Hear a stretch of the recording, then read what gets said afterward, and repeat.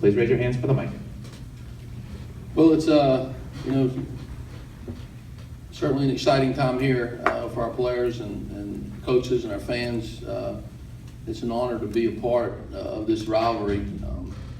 You're very fortunate to be involved in something like this, which in college baseball, it's a rarity to have sold out parks, and passionate fan bases, and great energy in the stadiums. And that's not the norm around the country. And for us to be able to be a part of that is truly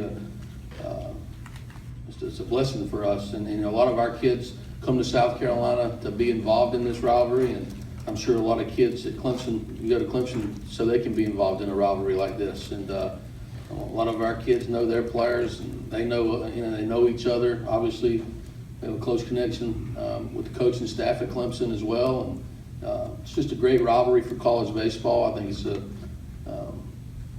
we love to be on this stage. Our two programs, and I hate to speak for Clemson, but I'm sure they love being on this stage as well.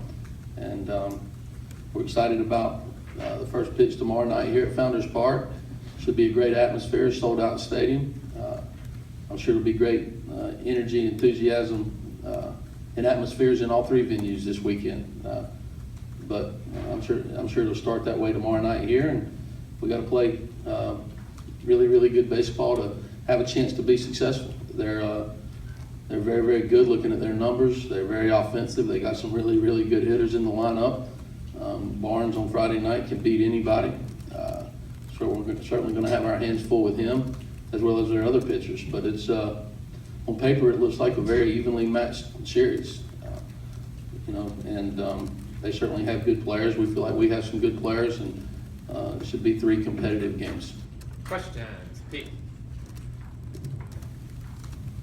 Chad, I know it's early, but obviously, what have you liked about what your team has done so far, and is there anything particular you'll be looking for this weekend with the step up in competition? Well, I've liked my team since August, to be honest with you. Just the way they've come to the park every day, the way they've practiced, the way they've gone about their business. It was certainly great to see them start the season off the way that we have, and the way they reacted to competition the way I hope they would react, and they've played pretty darn well thus far.